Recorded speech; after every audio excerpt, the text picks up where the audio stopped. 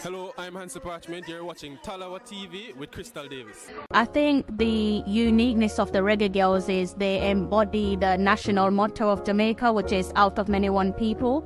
So when you look at the entirety of the Jamaica squad, you have dark-skinned girls, mixed-race girls, girls who have black and Asian in them. You also have the homegrown players, so like your Bunny Shaw, your Konya Plummer, your Den Blackwood. So what that means in terms of from a grassroots perspective is girls who are born in Jamaica can look at a Bunny Shaw and hear that authentic accent and say, you know, if Bunny can make it, then so can I. Once you hear that authenticity, that raw Jamaican accent, they should be able to look at a Bunny Shaw who's now our captain to say, if Bunny can do it, especially if you come from the same community, the same parish as her, if she can do it, then so can we. I want to give a big bless up to the Reggae Girlz out there. They ain't believe in us. Jah did. Reggae Girlz, keep winning, keep inspiring. I know you're going to be great out there. World Cup. Sadella Marley, number love. Bless up from DJ Khaled. And I'm representing for the Reggae Girlz. You know what I mean? Big up on yourself every time. Especially if you're qualifying for the World Cup back to back. You know what I mean? Sidela, big up yourself. One love every time. You know the thing go. Blessing off a flow like a river. Blessing off a flow like a river. What the Reggae Girlz do? Left them name night earth like a queen. Me have to big up the top soccer team. You know Massacre represent. Jamaica supporting every time. You know the thing go. Hello, I'm Hansi Parchment. You're watching Talawa TV with Crystal Davis. I feel happy from UK, you know. See the moonlights on the town. Whoa, I'm getting ready. Talawa TV is in the town. Whoa, I'm getting ready. Got a corner on the telephone. Yeah, this is the Ocean of the Messenger, and you're watching Talawa TV with the host and best Davis. Take it away. My Talowers, how are you all? Good afternoon, good evening, possibly good morning. All depends on where you are in the world. Welcome back to another live stream. Let me know how you guys are doing. I've actually purposely held back on going live because I did tell you guys that the clocks will be going back, and they have actually done so. I think they went back on, when did they go back? Sunday morning. So like 12 a.m. it went back. So you guys in Jamaica, it should be what 8:35. I'm not sure if doing a live stream at 1:35 a.m. works for you guys. I'm trying to test things out, seeing what works if the clock's going back and so on. So let me know by the end of the live stream how you guys are feeling with the new temporary change. I think, to be honest with you, I might just go back to giving you guys the live stream. What was that, 6 p.m. Jamaica time? Because I think it works well for you guys there who are getting off work and so on. So drop some comment in the comment section. Let me know how your weekend's been.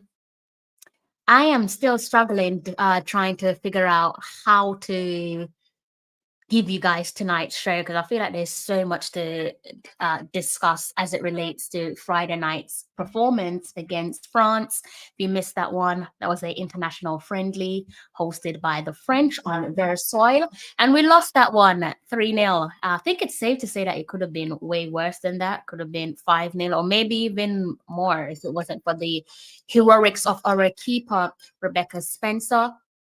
So I am still, like I said, struggling, trying to figure out how to give you guys the stream. But I think what I probably should do is start off by listening to the post-match conference, which is odd, given that we did not have a pre-match conference. I'm not sure what sense it makes giving us a post-match conference when you bypass the pre-match conference, but when it comes to the women's team, the Jamaica Football Federation, the odd is definitely the term that fits them best. So what I'm going to do is I'm going to sit back and listen to those two post-match conference there from the head coach, Hubert Busby, and also from Vianne Sampson. Vianne Sampson captained our girls against France. So we're going to be talking a little bit about that. I haven't actually listened to these two post-match conferences here, so I have no idea what was said. But I'm going to just go ahead and listen to it with you guys. And if anything important gets mentioned, then obviously we'll touch on it. But I figured it would be nice for us to, for the opening part of the show, to listen to those post match comments there from Vian Sampson and also Busby. Okay, so let's start off by listening to the first video. Performance, for a period of time having the girls together, but what you made of the performance from the ladies? Yeah, I think overall, considering. By the way, guys, I am going to mute my microphone so you don't pick up on my TV. Do let me know if you guys can't hear the audio on screen. I'm not sure if it shouldn't be affected, but if in case it is, then drop a comment in the comment section and I'll go ahead and unmute my mic, okay? The lack of preparation that we've had. I think we've had a good 3 or 4 days of training, and they responded well. Again, come up against a really good French team and in a really competitive environment. And I thought overall, as the game went on, the team got better. But yeah, I think these are the games that we want to play, and we have to just keep on building on what we want to do as we head into the next window. Some of the objectives, I'm sure you had maybe a few going in. Were some of those met based on what you're working on long term and who you have at the moment? Yeah, I think some were. I think overall, though, I think the ability for us to continue to have some cohesion. I think when you bring in new players into the group, you can see that there's a little bit disjointed. So the more that we can continue to be together and keep building as a group, the better we'll be. So as of right now, it's we kind of turn the page and get ready for the next window in Jamaica when we host South Africa, and then we look to build on the principles that we've laid this week, and look to correct some of the things that we didn't do as well in tonight's match. What didn't work? Well, I think everything else we tried some, looking to build a little bit more, and I think again just having some of the cohesive pieces and understanding and building relationships on the pitch are always really important.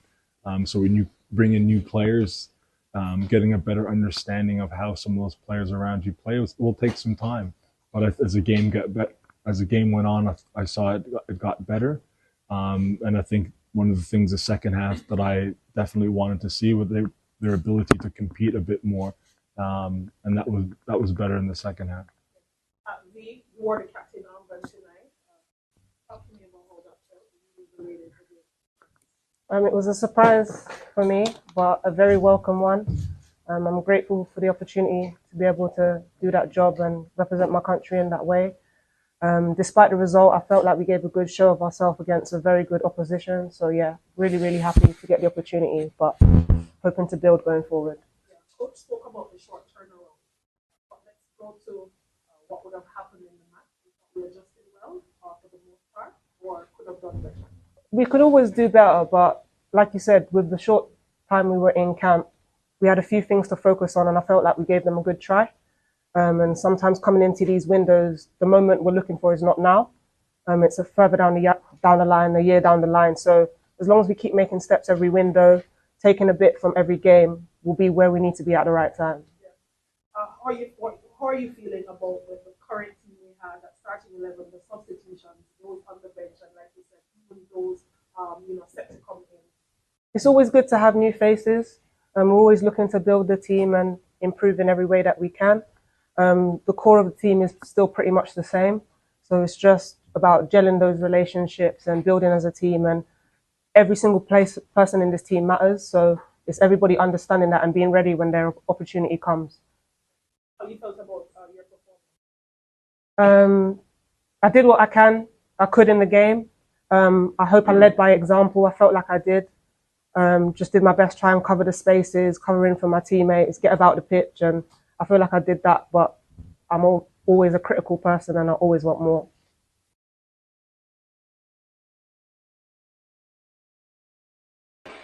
Yeah, last year you played against France. It was a tie game, very tough game for both of you.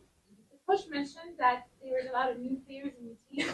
French have the same things. We have a lot of injury. I saw some of the players around injured. injured a little bit during the game. What do you think happened between last year and this year to have such a difference in terms of the games and the sport? Obviously, playing in a World Cup is a different type of mentality. There's different things on the line, so the stakes are very different. We put everything into that game to obviously get a result. This is obviously a different type of match, an international friendly in a window that's not particularly important for us. It's a busy period for everybody, regardless of what league they play in. So player management is obviously important as well. With us having new players come into the group, we need to look at them and give them a taste of international football. So, like I said, a few injuries, a few different changes. That's going to obviously change the result and outcome of games, but that's just football. We don't really look into that too hard. We just make sure we take the small things from the games and we go from there. For you, it was an opportunity to try out with some new player, to give him some time to the field, to see what they are worth it. Not necessarily worth it, because anyone a coach picks to come into the fold is worth it. But for us, it's just an opportunity to try new things. There's players playing in positions that they're not necessarily their strong points, but we have to try these things against good opposition in order to get better. So what do you think about the performance of France? France is always a good team. We're not looking at them too tough. We're against ourselves at the end of the day in terms of our journey. So, yeah, they're a good team, but there's more to this game for us. Yeah, obviously a top 10 opposition. They've come off probably for them a disappointing Olympics, so they're in a new cycle as well. And but they've obviously also played some more games, and they're embedding in new players. So it's a new cycle for everything. As I've always said, you can't speak about what happened a year ago. Now things change, and every day things change in football. Never mind a year from now, right? And a year from now, we'll be in a different stage. So you just it's really about being in the now with the idea of how we're building towards the future. But yeah, you know, leading up to the World Cup is 44 days of prep, and it's a lot different than coming in for 3 days and trying to play against the 10th ranked team in the world. But look, we're grateful for the opportunity. We're really thankful the French FA invited us to come and play. We want to. The hospitality in France has been magnifique. So we're really grateful to be here. And like I said, the hospitality has been fantastic, and we hope to come back again soon. Sorry, guys, I'm looking down. I was just trying to like make some notes, but I think I'm just going to have to stop. I was trying to make some notes when Vian Sampson and Busby were speaking. I made a few, and it's quite interesting because I think based on what was said between the two, it's kind of things that I picked up on during the game. First and foremost, I do like Vian Sampson's honesty about, in particularly, obviously she told us that first of all, let me just pick up on the first thing that she said, which I thought, okay, that was also a surprise by all of us, or definitely a surprise for myself, where there's a journalist in the room. I'm sure the journalist, the reporter asked about the captain's armband, and if I'm not mistaken, paraphrasing, I'm sure I heard Sampson stated there that she was surprised to be given the captain's armband. We talk about that in a short while. So that was the first thing that I think we all share the same sentiment with Vian Sampson. And also, don't think I've mentioned it already, her honesty. She definitely touched on a few things that we all picked up on during the game on Friday against France. Again, if you missed that one, unfortunately, it was a friendly, but unfortunately, we lost 3-0. As I said, it could have been worse. But thankfully, to Rebecca Spencer, it wasn't the case. Would have been an embarrassing scoreline. I think 3-0, given the context, key players missing, new players coming into the fold and all of that. So yeah, there's some little bit of context there. Although I'm not really heavily reliant on the whole new players coming in, the likes of your Bunny being missing and a couple of the other key or core players that we're used to being omitted from the squad for various reasons, be it your injuries, limitation, whatever limitation means. I think that one again is open to interpretation. But Busby, I think, kind of shot himself in the foot there. He kind of shot himself in the foot, because I did think about this one. As I said, this is my first time listening to the post-match conference. I wasn't going to listen to it because I kind of thought to myself, why the hell are you guys now giving us a post-match conference when you didn't give us a pre-match conference? But as it does include Vian Sampson, and as it would naturally include the coach, I thought, okay, why not just take some time to listen to it with you guys? And definitely was worth the wait. But Busby, I think Busby shot himself in the foot there. Paraphrasing, I was trying to make a quick little note, but I think it's so funny because what he is referencing is how I assessed his return to the squad and where we're at. So I actually, coming into tonight's live stream, I actually looked at Jamaica versus France from, when did I look at it? From, let's say, last year, the start of last year. So it's funny that he's touched on something along the lines of things change. And I thought that was that's an interesting way of looking at things, because yes, things does change, and it's safe to say there's been some changes there in terms of similarity. There's been some direct similarities between Jamaica and France in terms of all the happenings that occurred around both teams, head coach removal. France and Jamaica, they've had their own little internal issues around the team, in the team, and so on, So it was quite interesting what he said. In terms of issues, whilst I'm talking about France, for context purposes, I'm going to try and think of this off the top of my head. Last year, I'm pretty sure you all remember all the nonsense that happened last year as it relates to France. I spoke about it with you guys because, at one point last year, it was quite clear, having looked at the group announcement, who we would be playing. And naturally, we then started looking at our opponents, or I should say I started looking at our opponents, one of our opponents being France. But looking back, I'm sure you guys all remember the fallout with France and their previous manager, right? Well, I think the biggest story from last year, it was probably like early last year, where Wendy Renard, the legend, she's a legend both at club level and international level. I think we're all taken aback by her announcement, her previous announcement, where she basically just announced that she would not play for France anymore. And much of that was just due to a number of things. I think namely it was to do with their previous head coach. I think her name is Korean. I think that's how you pronounce her name. I think I might have butchered that one. Actually, let's try and see if we can get up a article quickly so we can look at something as it relates to their former head coach. I promise you it will make sense. It is for context purposes. So let's just go ahead and remove Busby and Vian from the screen, and let's go and look for an article. I'm going to go with The Guardian because they are reputable and I prefer to read The Guardian. So let's just look at France temporarily. I promise you I'm not wasting your time. It will make sense, right? Okay, so let's look at yeah. Okay, so I'm trying to find, okay, so yeah. Wendy Renard, right? This is an article that I read last year, so hence it being easy for me to find, bookmark and stuff like that. Looking through my history, you can see here that subsequently, again for context, when Wendy Renard, tongue twister, announced that she would no longer play for the national team, and she did cite here, guys, a conversation that we have so often over on my platform. She did state here that she would not play for the team, and it cites here to protect her mental health. And she said, quote, no longer support the current system. And this was actually a fallout that saw other players, key players, following Wendy's decision to basically not play for the France team, Diani being one of them. And I think her name is pronounced Katota.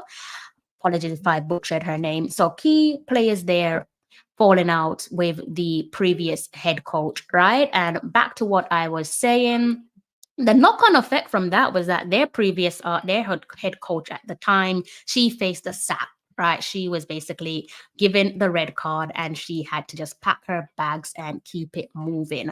Then I'm sure you guys saw the appointment of another Renard. There's no relation in terms of family connection. Herb Renard, he then took over from the previous gaffer and he pretty much signed on a what you could call a short-term contract. His contract actually was written in agreement for up until the summer 2024 Paris Olympics. So the Olympics just went, hence them now getting a new head coach, Laurent.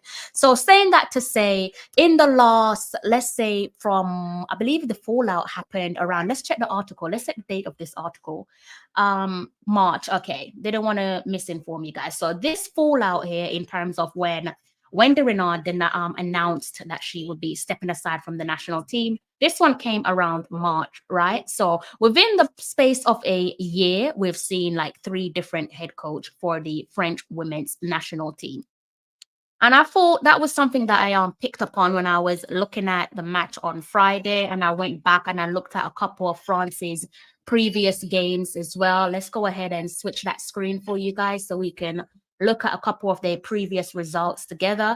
Just going to touch on France before I dissect, segue into the Reggae Girlz stuff, because obviously that's why we're all here, is to talk about the Reggae Girlz. So from March 2023, probably need to go a little bit back. So let's stick a pin in it and let's look at from February 2023. Because sandwich between between February and March, you've got April, right? So you can see all of the previous results there. And this, no doubt, would have been in the preparation to the subsequent 2023 FIFA Women's World Cup, which again was hosted in Australia and New Zealand. And I don't think I need to read out the results for you. I'm sure you can see this one on screen. Maybe I should go ahead and remove my headlines so it's not getting in the way of things. Let's see if we could remove that. You should be able to see the results on screen. I think the only one there where they got their little wings clipped was again a result that we discussed. This was their last match, 1-0, a narrow 1-0 defeat in a friendly against Australia. And this was basically on the stroke of their pending World Cup opener down under in Australia, right? Group stage match day 1.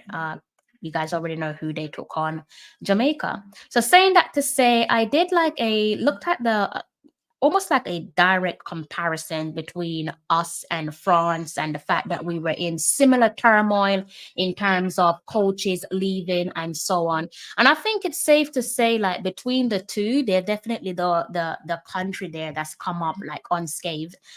Definitely doesn't seem like the changing of various head coaches, 3 in total, with the current head coach at the helm, that it doesn't seem as if those changes there have harmed the squad or has had a detrimental effect on the squad. Obviously, they would have liked to have gone further in the FIFA Women's World Cup. No doubt they would have liked to lifted the they would have liked to have lift the trophy, but it wasn't meant to be. Maybe it might happen for them in the 2027 edition. Hopefully not. I would like to see my own country win the World Cup, but you never know.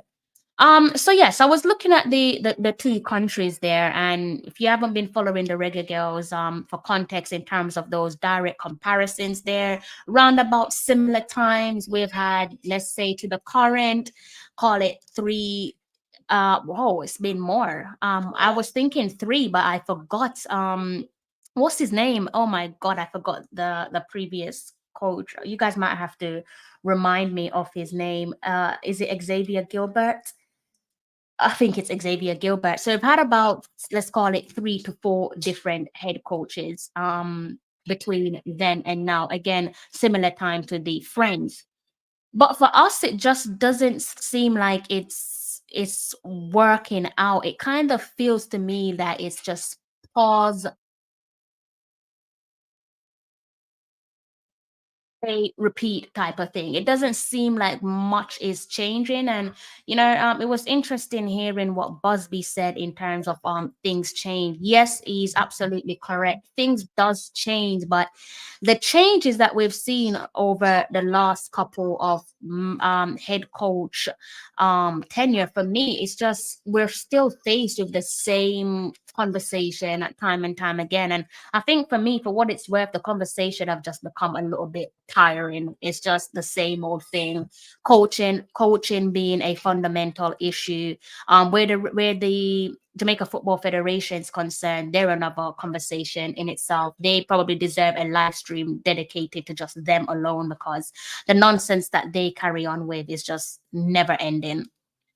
So I thought, yeah, that was a interesting comment to make from Hubert Busby. I'm not really sure what he means by it. Is definitely not getting no sympathy from me. I'm not sure if he wants some sort of sympathy, but I'm not really going to be using that as an excuse, because when you look at our opponents, they've been in a similar position to ourselves. And also, when it comes to our current head coach, yes, I have said that I will be giving him the benefit of the doubt, and I am willing to wait, but I could only wait for so long. I don't know about you guys there in the comment section, how long you guys are willing to wait for Busby to turn things around. How many windows are you willing to give him? Because unlike the previous head coaches for the France women's national team, as someone like Coach Busby, he's had the privilege of working with, interestingly, Vianne Sampson touched on the fact that, yes, paraphrasing what she said, yes, new players have been brought into the squad, in particularly this window, but the core squad is still there. And everything has to be taken into context, no doubt. And I'm going to try and add some meat to the bones and try to be as balanced, as objective as possible, right, before I close off on the show. But going back to what I was saying, someone like Coach Busby, he's had the privilege of working with this squad for 2 World Cup cycles now. Yes, we know that he was previously sent his temporary marching orders, but even then there was no secret. It's no secret that he was still working somewhat closely with the squad. So that would have been, as I said on previous live stream, 1 official World Cup in the bag and 1 unofficial World Cup in the bag in terms of helping the team to successfully qualify for 2 World Cup on the trot. So I'm not here to give him much of an excuse. I'm just waiting to see how long it will take for us to get the wheels in motion. How long is it going to take for us to start to just bring everything to fruition? Because, Friday's game is not the first time where we look lackluster. It's not the first time where we just look underwhelming, where creativity was an issue. Friday was just, for me, just another repeat, was just another reminder. And I think much of what's happening right now goes back to the cycle in which we find ourselves going around, when there is like internal or external issues that subsequently the team has to deal with, again, as it relates to head coach appointment, stop, pause, repeats, all of that. I think to an extent is holding us back.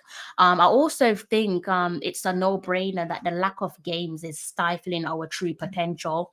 And I think that is part of the reason why, as talented of a squad that we have, and with the abundance of experience from the core players, the familiarity between the core players, the fact that they've been there, some of them from the youth team through to the senior team, again, back-to-back World Cup qualifications on the trot. Even then, all those abundance of qualities and positives with the team, or within the team, we're still looking at a squad that has teething problems. Not sure why that is. It is painful to see. It is painful to watch. But again, yes, there is some context there. And as I said, hopefully I'll be able to touch on the context. So again, my only gripe with what was said in the post-match conference was just paraphrasing what Busby said about things change. I don't know if that's an excuse that he's going to be using, but I definitely am not going to be using that as an excuse, because he's been with our team long enough for us to at least be looking better than we looked on Friday. But like I said, context is there. Now, before I continue with the rest of the live stream, I do actually want to talk about Vian Sampson, a bit like myself, I actually spoke about this on Friday's live stream where I was taken aback, couldn't quite figure out what I was hearing or trying to see on the field of play with regards to who's wearing the captain's armband.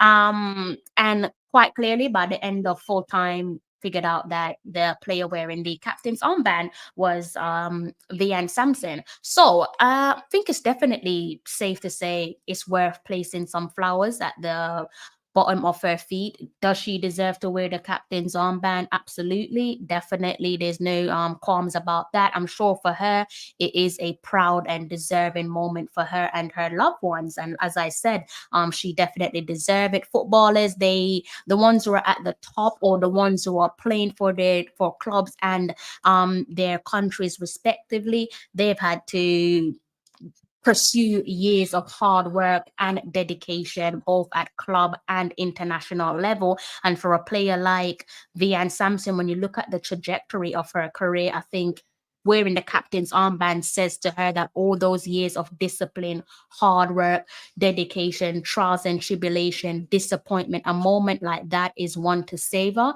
And it's definitely proof that her dedication and her self-discipline is paying dividends. So goes without saying, it is without a shadow of a doubt richly deserved. And I think it's a wonderful moment. Vian Sampson, the uniqueness of a Vian Sampson is that she unintentionally represents part of our motto, our country's national motto, in the sense of out of many one people, where you think of what she represents not just as a footballer but as a black woman, dark-skinned woman with dreadlocks. She represents a demographics that isn't seen in the football scene, not just for Jamaica but just globally. So I'm sure you will have people from within her unique community, little girls that look like her, who are looking at a Vian Sampson and being inspired by her, especially when she's donning the captain's armband. And I think stuff like that, naturally, it does generate that pull power where Jamaica is concerned as it relates to us trying to rope in more players from the diaspora, the UK being one of them. It seems like the UK is the hub for recruiting players within the diaspora. That's probably a conversation for another day. I don't think I have the time to dissect into that. But I think, again, looking at Vian Sampson, the makeup of the player, I think when you're looking to recruit players from England, for example, it's easy for them to look at a Vian Sampson wearing the captain's armband and saying to themselves that, why not join the Reggae Girlz? I think us qualifying for back-to-back World Cup on the trot, that adds to our arsenal in terms of us going out there and trying to persuade players to play for us. I know people don't like the term persuade because some people are a little bit big-headed and they just kind of feel like if Jamaica comes knocking, then you should go. It don't always work like that, my friend. Sometimes you have to persuade people to come on board because, if a player is born outside of Jamaica, naturally, it is to be expected that they would have grown up wanting to play for their country of birth, right? And as it relates to England, I don't know about you guys, but I can't see a dark-skinned woman, young girl, whatever it may be, a young Rasta woman, Rasta girl playing for the Three Lionesses anytime soon. I just can't see it happening. And as I always say, when it comes to players and just life in general, when you think of your 9 to 5, football is the player's 9 to 5. For me, it is my thing is to go where you are wanted instead of being where you are tolerated. And I think, having a player like your Vian Sampson, dark-skinned girl, Rasta woman in the team, definitely adds some pull power to say yes, it is a all-inclusive team. So that's one of the things that I like about the Reggae Girlz there, and you can hear it from my intro in terms of the makeup of the squad. You can tap into so many different demographics, layers of different communities there to embrace, which is why I find it so laughable that the Jamaica Football Federation is not trying to sell this team, not trying to market the team. Like they're something else. Lazy isn't isn't the right term to describe them. But again, those are conversations for another day. One of the conversations though that I do want to have, and I'm so glad that the question was asked in the press conference, is it relates to Miss Allyson Swaby, Big Swaby, as we like to call her. I'm really happy to hear that the question was asked there, put to Vian Sampson in terms of her wearing the captain's armband, because I'm still trying to wrap my head around it. Not saying I don't want Sampson wearing the armband in the absence of Bunny Shaw. For context, don't want to continue. But even then, I don't even know if Bunny is still the captain, because the Jamaica Football Federation, segueing a bit, they're a little bit shady when it comes to Bunny Shaw. The language they use around Bunny Shaw, or the lack thereof language, it is shady. To me, it is shady. Maybe that is the journalist in me looking at how she's portrayed and presented by them through their various social media channels. Even me being sat here, I don't even know if Bunny is still our captain, to be honest with you. And that's just my opinion. That's not no facts. I'm not giving you facts. I'm just sharing my opinion. Now back to Allyson Swaby. I'm glad, as I said, that it was touched on there that Vian Sampson wore the captain's armband. And I might need to play that video again. I'm sure my ears wasn't fooling me. Correct me in the comment section, but she did paraphrase and say that she was surprised to be given the captain's armband. And I think that tells us everything that we need to know. She was surprised. We were all surprised. And I'm wondering why that is. Again, this is not me trying to put players against each other. It's not me saying I don't want her wearing the captain's armband in the absence of Bunny, or who knows, maybe she could potentially be the new Reggae Girlz captain. I don't know, but it did. When I was trying to dissect what happened in Friday's match and trying to make sense of it all, it just reminds me of the Jamaica Football Federation and their lack of transparency and their shady ways and their lack of respect for the 12th man and also for the team. Now, I don't know Allyson Swaby, but from an outsider looking on, and this is just what you can see on the field of play in terms of how she carries herself, she reminds me of what many people seem to feel when it comes to Black women of various ages. And I will go to say, based on experience, lived experience, both for myself and looking at other Black women, it reminds me of a moment of, to the weak. I think it goes without saying that there is nothing more threatening than a educated Black woman. And that is what I get when I think of the situation. And there might not be no bloody situation with Allyson Swaby not wearing the captain's armband in the absence of Bunny, but the question is there, so naturally I'm going to ask the question because it does not make sense. Again, big up Vian Sampson. But you would think, I've been watching football for a very long time, and from what I see when it comes to the captain being absent, it goes to the vice captain. And for as long as I've been following the Reggae Girlz, I'm pretty much on track. I'm pretty much up to date, or as up to date as I can be. Now, unless something was announced on social media and I just happened to have missed it, I would have assumed that the player that would have worn the captain's armband in France's match would have been Allyson Swaby.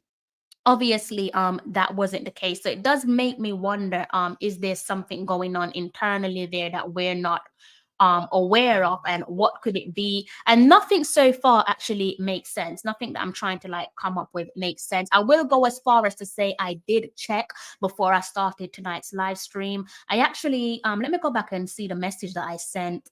Let me see if I can read the message.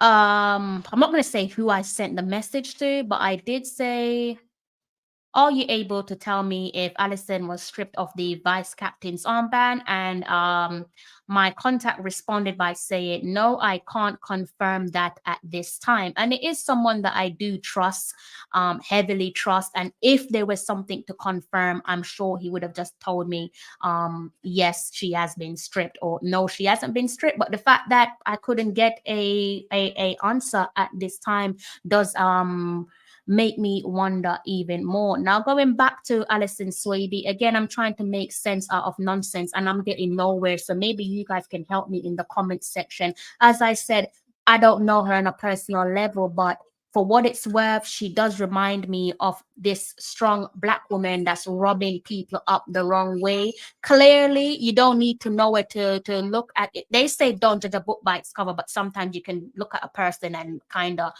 formulate an opinion, and that opinion might actually hold water. And I think it's quite clear to see that someone like her, she does seem to be well taught. Obviously, she's played here and there. Think she's brush scratch the surface in places like your Iceland, Italy, France, although France perhaps didn't go according to plan or as she would have liked it to have gone to plan.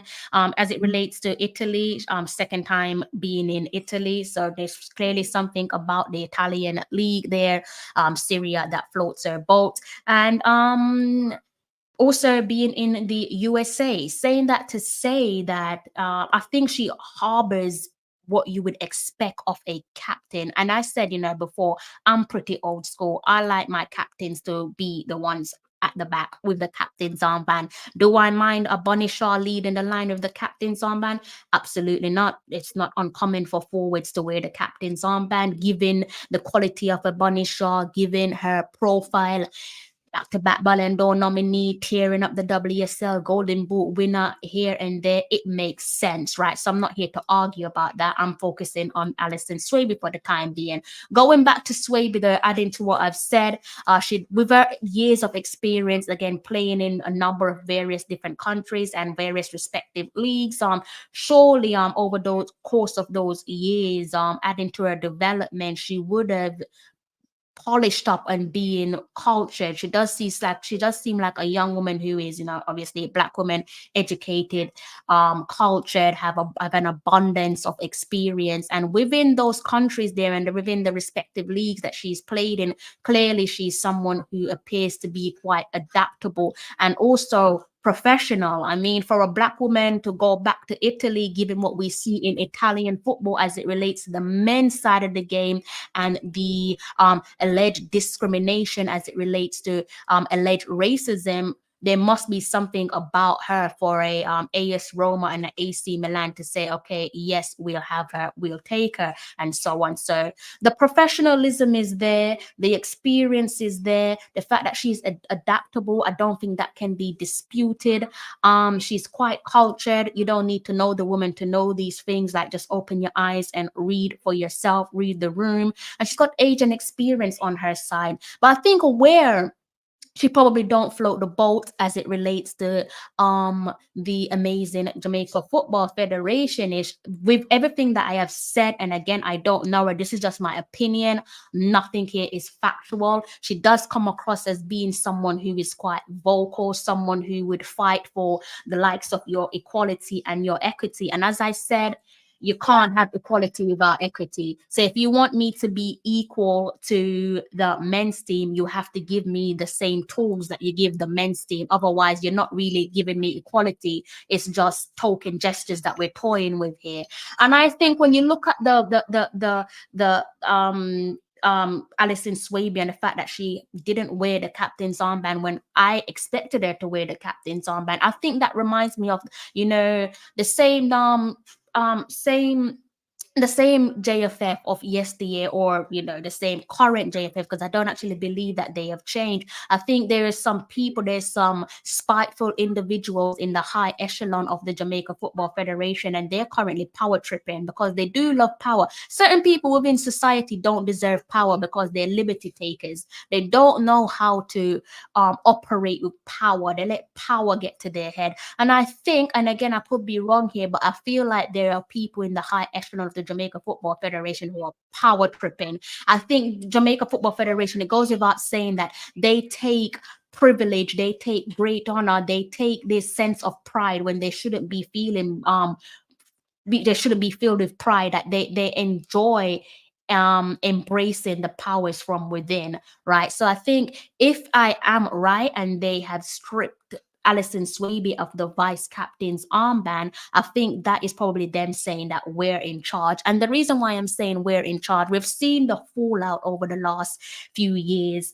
And I think when you look at that team, couple of the women there who have taken the hit, whether it's by default or maybe just coincidence. Obviously, the captain, Bunny Shaw, because she's the captain, biggest profile. I kind of feel like whatever goes. Unfortunately, she just have to be the one that takes the licks for her team publicly. And also Rebecca Spencer as well. And I think you can probably go ahead and add Allyson Swaby's name to complete that trio. And I think those three women there, I think personality in terms of being I should say the traits of each of those women there kind of similar to your Allyson in terms of, you know, Black women being educated. And I think when you look at those trio there, they're an absolute nightmare for the JFF to handle, because you can't manage them, because you can't fool them. They're too smart to be fooled, if that makes sense. You know, someone like your Allyson Swaby, been around the block, played here, played there, educated at the highest level where school and education is concerned. So, you know, taking that into consideration, when you look at football as well, she knows what professionalism looks like. She won't settle for less. And also, I think, you know, again, when you focus on those trios there that I've named, so your Allyson, your Bunny, and your Rebecca, I think as it relates to someone like a Allyson being vocal, internally, I think she's quite vocal. Externally, she's quite quiet, but I think internally she's one of those players there who take the hits for the team, and she's probably doing that because she won't settle for less, because like those two players there that I named and other girls who play, you know, in other respective leagues here and there across the globe, they know what professionalism is. And one thing about knowing what professionalism is, it basically just means you won't settle for less. You're just not going to settle for less, because you know better is out there, better must come. And I imagine for someone like a Allyson that if I am right, the way that she conducts herself internally, one, she's doing it for herself because she is an educated Black woman, and goes without saying her sister is right there, Chantel. So not only is she probably doing it for herself, doing it for Chantel, goes without saying as well that she would in turn be doing it for her teammates, you know, sisters in arm. And she's also potentially making a stance internally, or has made a stance internally also for the next generation. And these are a couple of the things that the Jamaica Football Federation don't want to see. Now, I could be wrong, but I'm just trying to make sense out of nonsense, because I'm thinking, why the hell wasn't she wearing the captain's armband? What could have gone down internally why a Allyson Swaby didn't wear the captain's armband? And this is what I mean about the Jamaica Football Federation. When you feel like you're being slick, you're not. You're just embarrassing yourselves. You're just making people ask questions. Like, I dislike sneaky people, because when you're being sneaky, you're actually sticking out like a sore thumb. Even if you're not intending to be sneaky, the fact that you're trying to be sly and cute, you stick out like a bloody sore thumb. So for a Van Sampson to step forward in a post-match conference and to say she was surprised to be given the captain's armband, it just goes to show that I'm not tripping. Like, I'm surprised that she was given the captain's armband. Not to say that she's not worthy of wearing the captain's armband. I think any one of those girls are worthy of wearing the vice captain's armband or the captain's armband. They're deserving of it, especially those long-standing girls there, especially the girls who have been there before it became fashionable to play for the Reggae Girlz. I wouldn't argue against the majority of that squad wearing the captain's armband, but it's just a little bit odd, and it does rub me up the wrong way. It's something that doesn't sit well with me. Now, it's probably not that big of a deal.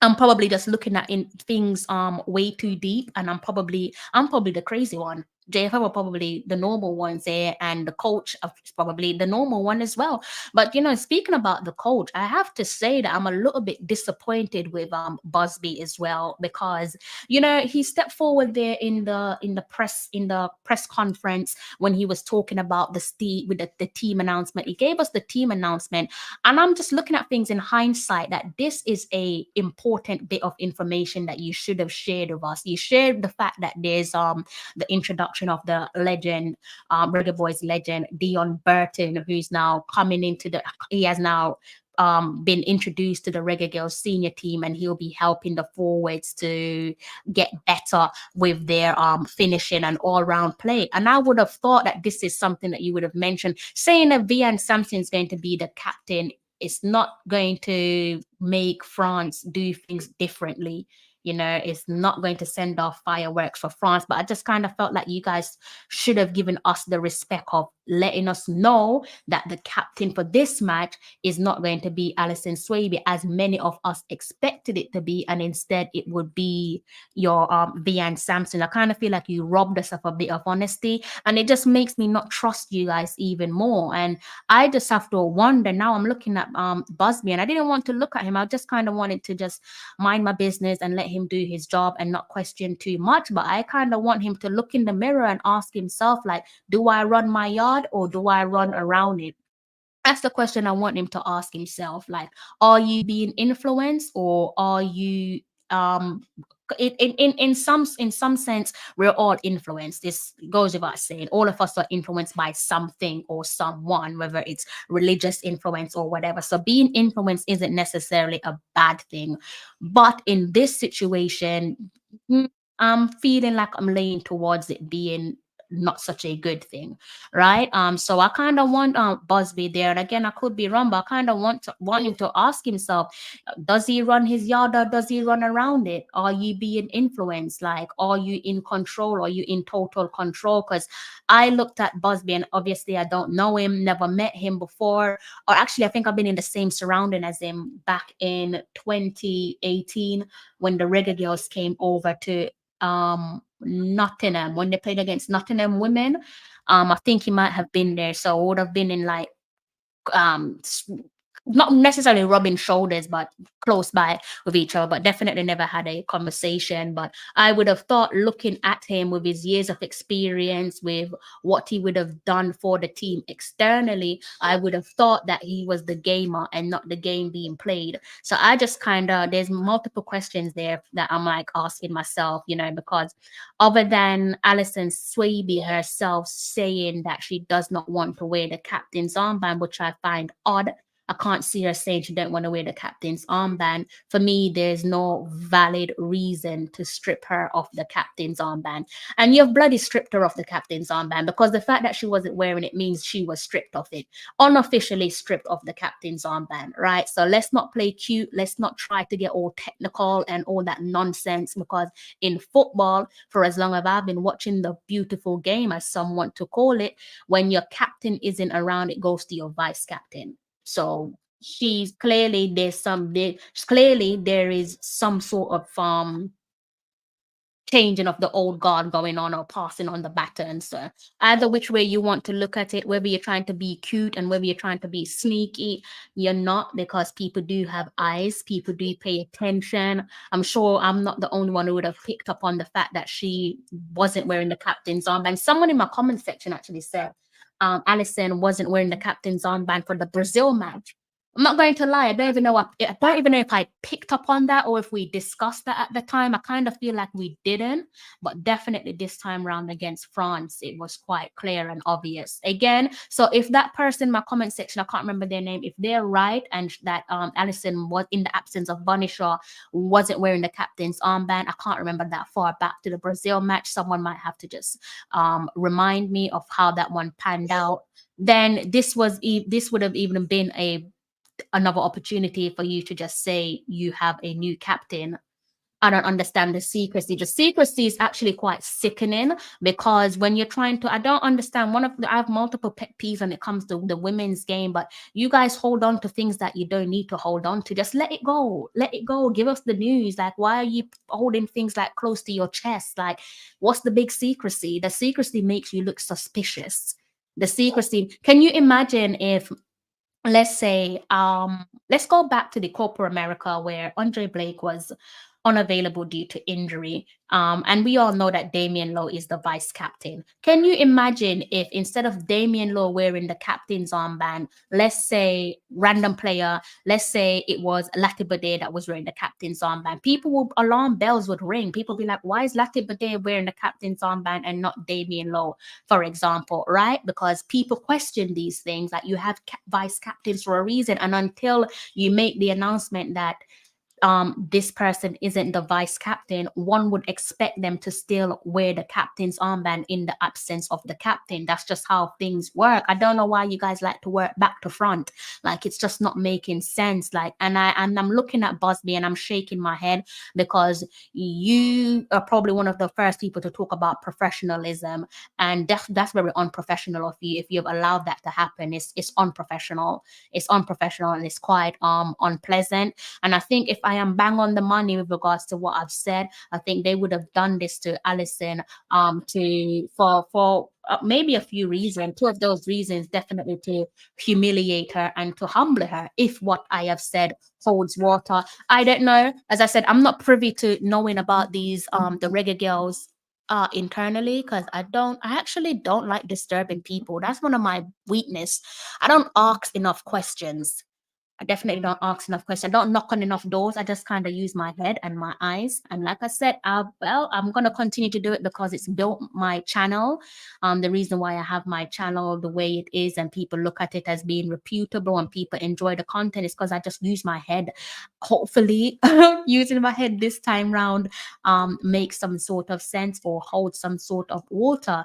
But, you know, if what I've said holds any water, then shame on everyone included involved within the team, coaching setup, head coach. Shame on you all for allowing, and I'm assuming again, allowing the individuals or individual within the high echelon disrespect or a trailblazer. Again, I don't know if what I've said hold water. Before I even finish off on that, you know, again, doubling down, big up to Vayan Samson, rock the captain's armband against France. She's definitely worthy of wearing the captain's armband, especially against a team like France. When it comes to Vayan Samson, that's definitely part of her success story, and long may the success story continues. Let's see what you guys are saying there in the comment section. Brazil Dino, bless up yourself, Brazil Dino. Football is no longer about showing up and enjoying the hospitality. Where was the strategy in this game? We basically set the World Cup squad back and is trying to rebuild. There's just a lot of foolishness going on at the moment. A lot of foolishness that don't even make sense. A lot of it don't. I, for one, I'm just sick and tired of the pause, press play, repeats. I'm just bored of it. I'm tired. I don't know how the girls feel. They're probably sick and tired of it as well. Pause, press play, repeat, go again. It's like I'm tired of the same old nonsense. Like it's just boring. Big up yourself, Conrad. I hope you're in good health. Black Star, when is the second game? The game there is in, I think it's in the 29th. I think Jamaica is to be decided.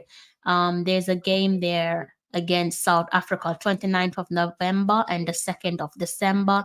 And that one there is to be decided. Now, there is some positives there, but for me, the biggest annoyance from that game is just the captain's armband not resting on the hands of Allyson Sway. Big up yourself, Owen.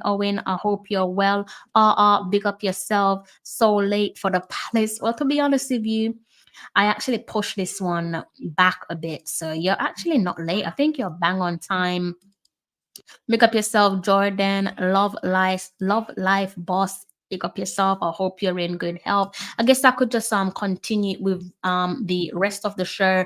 Guess I could try and be a little bit if I haven't been objective yet, let me try and see if I could be objective, see if I could be a little bit more balanced if I haven't done so yet. What should we look at? What should we look at? What should we look at? I'm trying to think. I guess we could go ahead. Okay, the team is right in front of you. So I guess we could maybe click on Jamaica a bit and go back and look at that game. We've already looked at the stats, right? So we've already looked at the stats with Jamaica.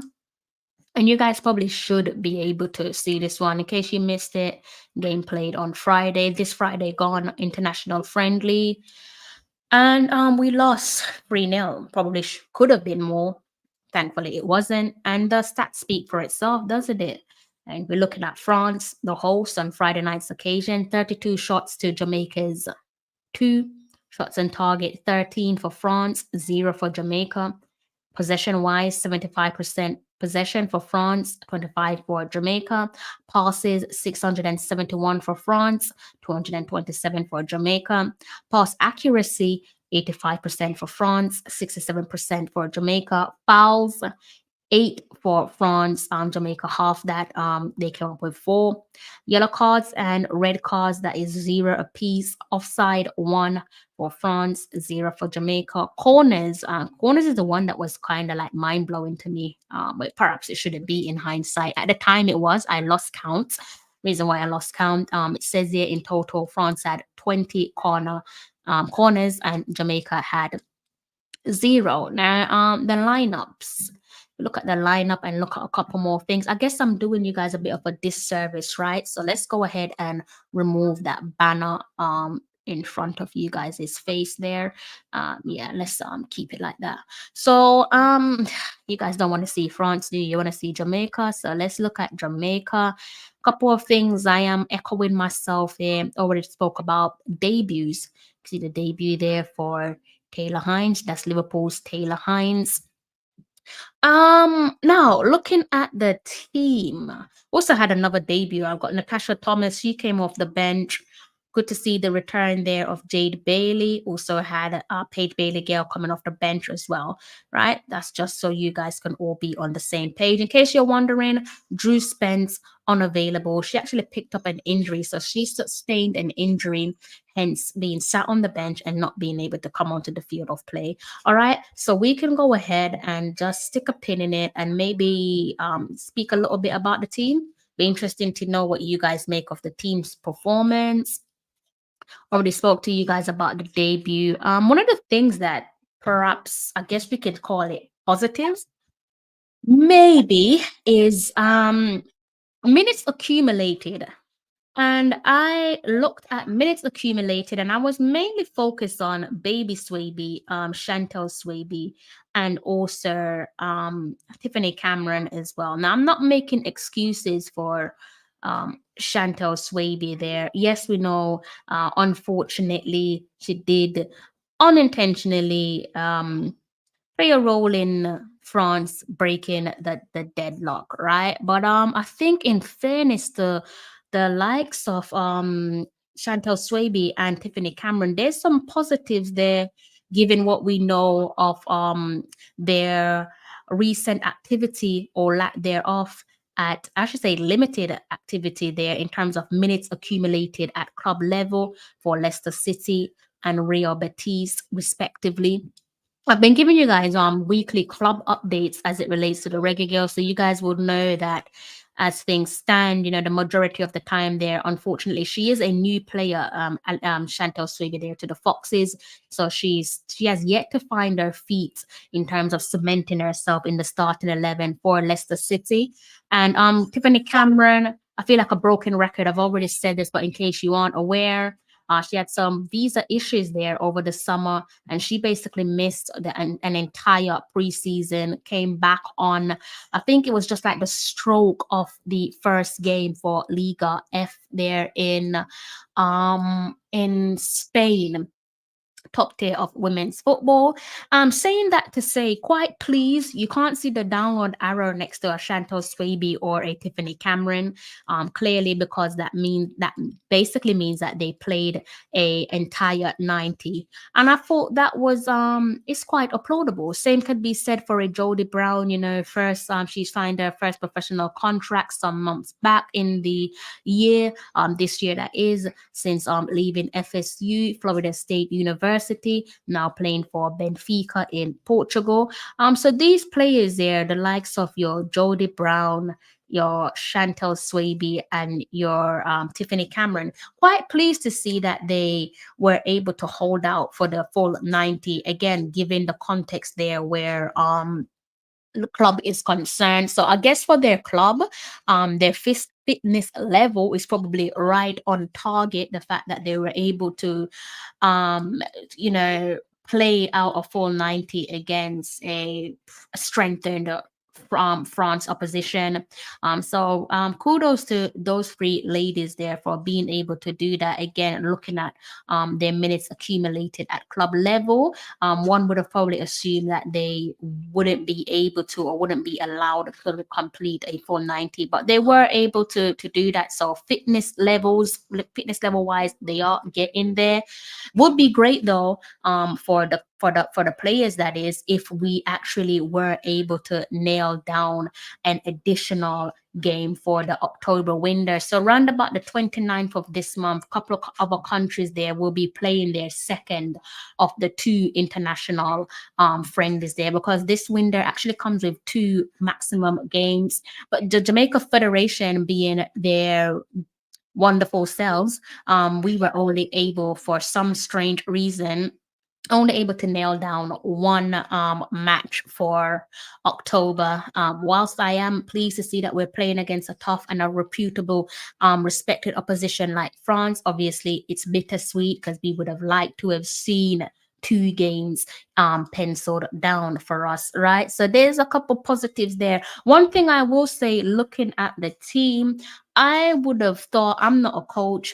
Coach Busby, he's probably been coaching before I was even thought of, before I even entered the world. So I'm not going to try and act like I can do his job, because I clearly can't. But I would have thought, in terms of for the fact that we are playing players out of position and so on, I would have thought that he would have maybe have played, let's say for example, I thought he would have gone for a centre back pairing of Chantal Swaby and Vian Sampson, and maybe potentially use Allyson Swaby as a fullback. So I've used Allyson Swaby in where Tiffany Cameron played, and maybe put Tiffany Cameron up as a winger. I thought maybe that's what he was going to do, but again, I'm not no coach, so I can't tell him how to do his job. But I just thought that that's what he would have done, looking at the game. And in terms of Drew Spence omission there, again due to sustaining injury, I thought we might have seen Jade Bailey much sooner. And it's funny to say that, because those goals there that we conceded, it's not as if it came directly through like midfield issues. It was just us at times just shooting. Definitely for two goals, I think we can safely say that we shot ourselves in the foot, and arguably gifted France the opportunity to put the game to bed, put the game beyond us. So in terms of context, if we want to be fair and balanced, of course there are reasons there why we perform the way we perform outside of coaching. I think coaching, I'm gonna get into coaching in a bit. Coaching definitely is a issue, but we can't ignore the obvious, the elephant in the room, in that we had some key omissions there. So the two obvious ones definitely stand out. That be it our captain Khadija Bunny-Shaw and former captain Konya Plummer. Also, we do have some extended omissions there. Couple players missing. So players like your Siobhan Wilson, Tierney Wiltshire, Izzy Grooves, Kiki Van Zanten, and a host of college players as well. And all couple of those girls, or I should say, yeah, those girls there that I named, unavailable due to a number of reasons. Uh, mm, Fitness is probably the most common one, as it relates to let's say maybe Wilson and Van Zanten. We're going to talk a little bit maybe on another show about Izzy Grooves as well. Izzy Grooves coming back into the fold. I know someone previously asked me about Izzy, so you don't have nothing to worry. That's all I can say. You don't have nothing to worry about Izzy. She's definitely on the right track, and hopefully it won't be much longer until we see her back in the setup. And Wiltshire, I'm not going to invade on the lady's privacy. She already gave you guys an update over on Instagram some weeks back, so I'm not going to. Yes, certain things do become public, but use common sense. Just because someone shares something publicly with you doesn't mean that you should intrude on their privacy. So I'm not going to go any further where that one is concerned. And I think it goes without saying there again, adding to the conversation that seems as if we've moved on from the trailblazers of yesteryear for a number of reasons, each their own coach's cup of tea and so on. So, you know, the likes of, let's say, we've seen glimpses of this in terms of preference with player call up. So, you know, your Asher and your Carter, for example, seems like the coaches there have moved on from their old guard. That remains to be seen. There's plenty of international windows to go. So that one definitely remains to be seen. Now, in terms of the negatives, and this is why I'm saying that where Busby spoke about things change, I hear what he's saying, but I'm not going to use it as an excuse because I'm still left feeling like scratching my head, like what the hell is going on? How many times do we have to sit here and say the same old story? Like playing without Khadija Bunny shows like a blessing in disguise, like a bigger part of captain, but it's like we have to be forced to do certain things. We literally have to be like Bunny like can't play because of limitation reason. Jodie Brown, they're going to run Jodie Brown through the ground until she's on her last toe, unless something happens where she literally cannot play. Saying that to say, when I look at the centre back pairing there of the Swaby sisters, so Chantel and Allyson, I think we're now going into a 3 World Cup cycle, guys, where we're looking and we're saying, what's the plan B for the Swaby sisters? God forbid if something happened to either of them, like we're going to be sat here absolutely bricking it. What's the plan B? You talk about what's going on with our attack. Can we play without Bunny? Can we play without the Swaby sisters? Like on a real, can we actually play without the Swaby sisters? God forbid if something happens to the both of them where they're out for, let's not even go there. Let me not even speak certain things, but you get where I'm going with this, people. So that's something where it's like, I don't know. For me, there is no excuse. You've been around the block long enough. Like the coaches have been around the block long enough where they should know by now. This is our 3rd bloody cycle. Like you should know that we need adequate plan B, plan C, whatever, as many plan as you can for the Swaby sisters, because we are a bit like your Jodie and your Bonnie, we are heavily reliant on them. And that's not to say that I don't want them in the team. Obviously I do, but I'm just saying, what is the plan B? Can we play without them? Right now it's looking like it's a no, we can't. And it's not just down to injuries. I just kind of feel like it's an issue that we've not tended to. We've not tried to come up with a plan B to protect those players and be prepared for the what if the if should come to fruition. And yes, we're playing players out of position. I'm not a fan of playing players out of position, to be honest with you. So clearly, yes, some players are unavailable. I've already named a couple of the players there, especially where Tierney Wiltshire is concerned and Siobhan Wilson. Yes, we know that they're unavailable. I still can't use that as too great of an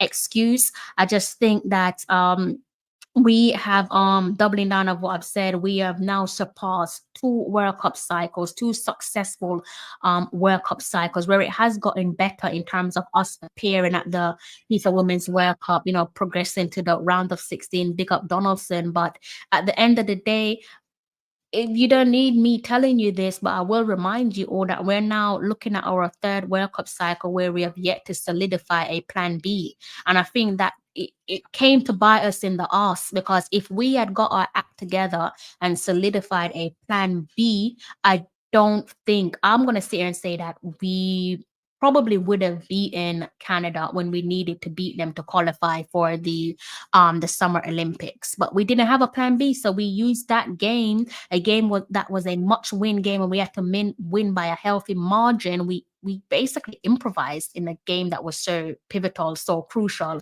right? So I don't really understand what's going on. It's all too confusing. I will say this, but everyone knows that we're too talented of a team to not finish our dinner. Like we are too. I don't want teams like your France and your Spain and your Australia and whoever like looking at us and licking their lips saying, yeah, we respect them as a country. They're going to put us to the test, but we'll beat them. I don't want them looking at us like that. Yeah, cheers for the invite and we'll accept it any day, all day, any day. But I want to show up and actually put these games to bed.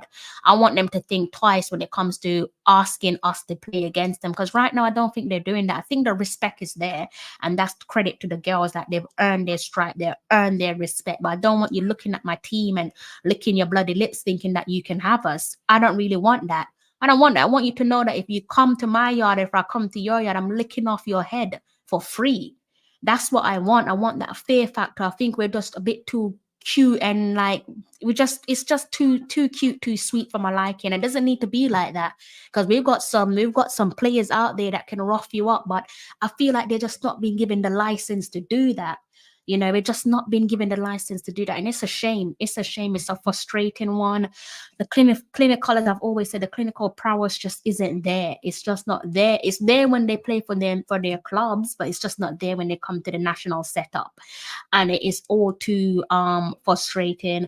And the bloody JFF, they're not helping because we have one game this international window. And surprise, surprise, that in turn slows down our progression. Obviously, that's what they want to do. They want to slow down our progression, but the idiots don't realize that the more you fight these girls is the better they become. They remind me of myself in the sense that they are resilient. So and I'm not calling like everyone in the Jamaica Football Federation idiots. They're not. There's some amazing people working for the Jamaica Football Federation, but there's one or two idiots in the high echelon who are extremely spiteful, and they have yet to realize that these women are like they're old school women. They're like a bit like they've got a bit of none in the maroon in them. Like if you put them up against the wall, you're not winning that battle. You're not winning. You're actually doing them a favor. You idiots. You're actually doing them a favor. Like there are certain people in this world that you don't want to put them up against the wall because you're going to unleash this different type of energy within them. They're going to dig deep and pull it out the locker. And I think for the most part, that's what the Reggae Girls do. Like you think you're being spiteful and you're frustrating them, but certain people, when you frustrate them, you actually get the best out of them. So in turn, you're doing the complete opposite of what you think you're doing. You're not actually going to complete your job. Whatever you think you're going to do, you're doing the complete opposite. In case you haven't realized that you've been spiteful towards this team for 2 workup cycles on a trot, and your plan has failed miserably. Your plan has failed miserably, and it's probably, if you continue the way that you're continuing, it's going to fail for Brazil as well, because they will qualify. If you leave it to them, they'll qualify for 3 World Cup on a trot. And whether you like it or not, you're going to have to just put that tail between your frock, wrap your frock tail, and you're just going to have to face the music and give Sidela Marley some credit once more, because this is how silly that you guys are, that you've still, I don't know if you've realized it. Maybe I shouldn't tell you. Maybe I should just let it happen and then say it. Actually, I'm going to let it happen and then say it. I'm not going to go no further. I'm going to let, sometimes you can't let people in on what you know and what you can see. You should just like let certain things come to fruition and then point it out and say, did you not realize that you was doing this? So continue as you are. Continue to be spiteful, continue to give us less games than we deserve. Clearly, it's safe to see that when it comes to the Jamaica Football Federation and certain individuals in the high echelon, they are allergic when it comes to equality. They don't want equality when it comes to equality for the men's team and the women's team. They respect the hell out of the men's team because football is predominantly run by men in suits and ties. So the men's team have equally been as vocal as the women's team. They, or maybe even worse. Like the men's team have equally embarrassed the Jamaica Football Federation, right? They've been quite vocal in that regard. But when the Reggae Girls do it, I kind of feel like certain people in that federation look and say, how dare you? How dare that gal, not even girl, gal, cause them like to style up the girls, them, you know, how dare her type of thing. And they try to be spiteful and vindictive and whatever they do with the Reggae Girls, they wouldn't do it with the Reggae Boys, not nowadays anyways, which is quite odd. Not that I'm wishing certain things on the Reggae Boys, but you get where I'm coming from. And I think I probably covered everything off the top of my head in terms of some of the things there that I picked up on. as it relates to the team, the game against France, Allyson Swaby. I don't even know if it's a situation with Allyson Swaby, but it's just my opinion. Big up yourself, Ian. I haven't seen you in a while. I hope you're well. J.A. Hummingbird. A lovely name. Thanks for the review. I have been all about it. I've been about it and missed the game. No problem. I hope it all makes sense. Again, it is my opinion, not facts. Mr. Yi, blessings to yourself, Mr. Yi. Mr. Yi says, why do I always look there instead of on the screen?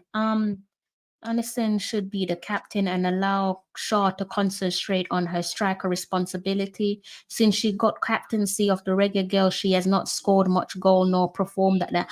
That's an intriguing comment. That's an intriguing comment. I think I hear this. I get the logic. I get the logic. I understand the logic. I do understand the logic, and I can't knock it. I can't knock this. I do understand your logic. I like that. Typical Jamaica, big up yourself. He says, true, Mr. Yi. Says, I don't think Shaw has the captain's ability like a Konya Plummer and Allyson Swaby. I think Bunny leads in multiple different ways, but maybe what you're saying holds water. It has been 1 year since the last win for the team. Not good enough. So far, I'm not convinced that Busby is the right coach for the girls. I don't like his handling of the starting team selections and positions and general formation in the France friendly. The team was running around like chickens without a headless chicken. Such a poor performance. I've tried to contextualize it as best as I can.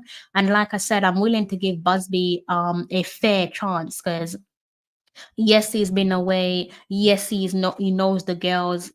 Yes, he's worked with the core squad before, but in essence, in all of that, he's still just back in the driving seat. So I think it goes without saying, everyone deserves a fair chance.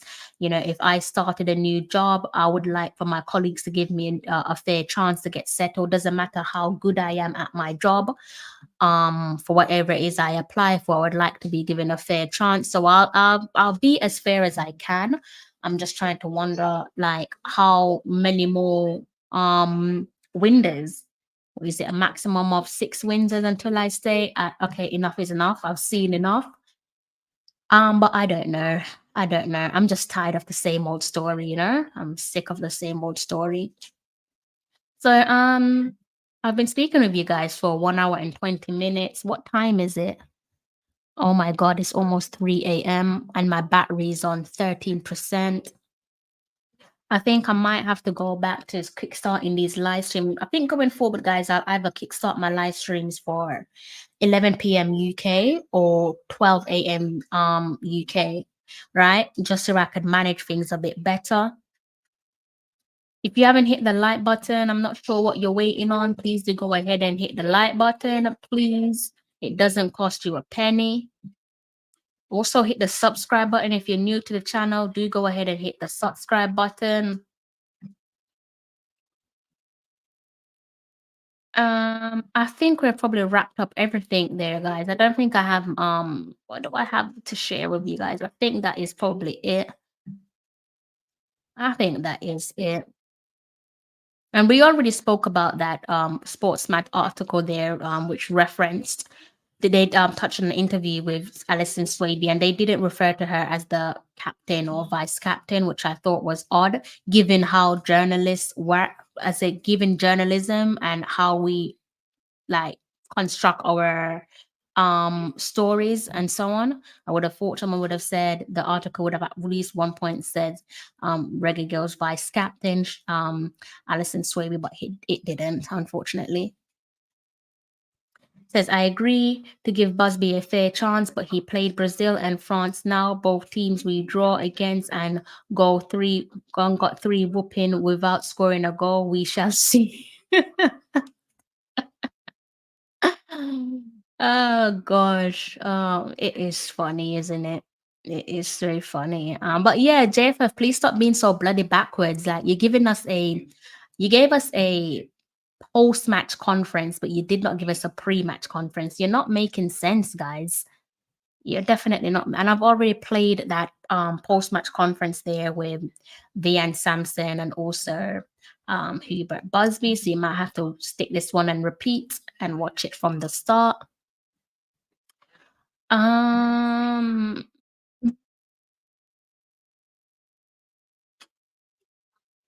I think that is that, guys. I think we're done.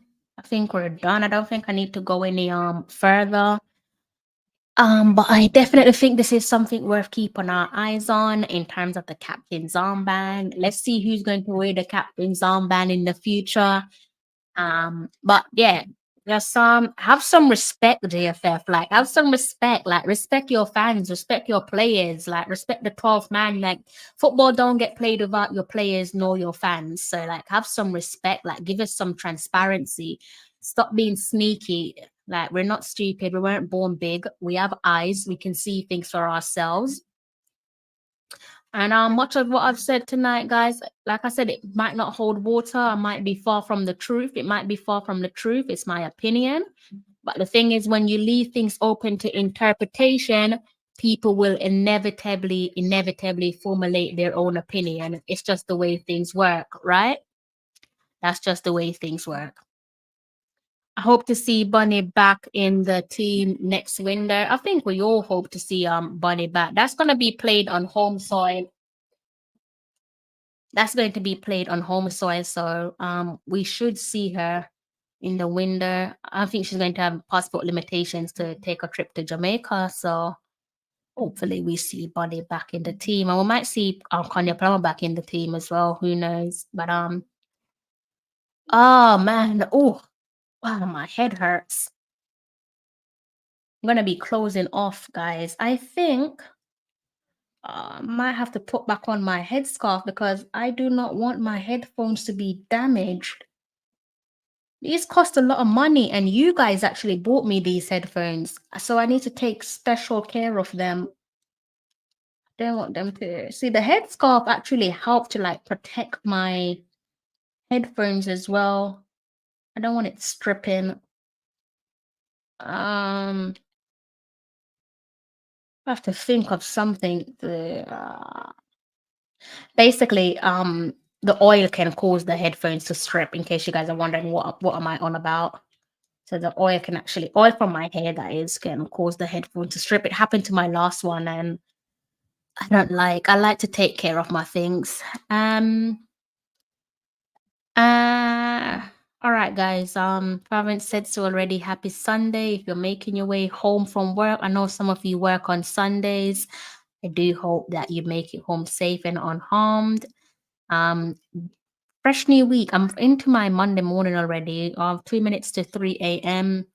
Hope that you guys have a smashing Wednesday. We're still actually in International Women's. I was going to say something completely different there. We're still into the International Women's break. So although we don't have a friendly coming up, second of our friendly coming up for this month, there's other countries playing that you guys can tap into. Maybe Haiti. Let's see who Haiti are playing. I think they lost their last match, you know, guys. Haiti are playing Russia. So there's a game that you guys can tune into. Why not watch our neighbors? I'm happy for them.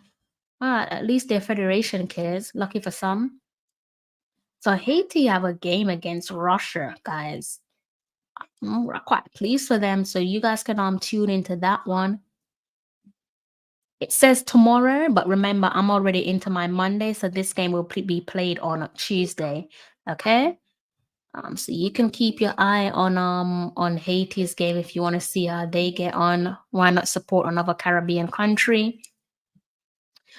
What else? What else? Who else?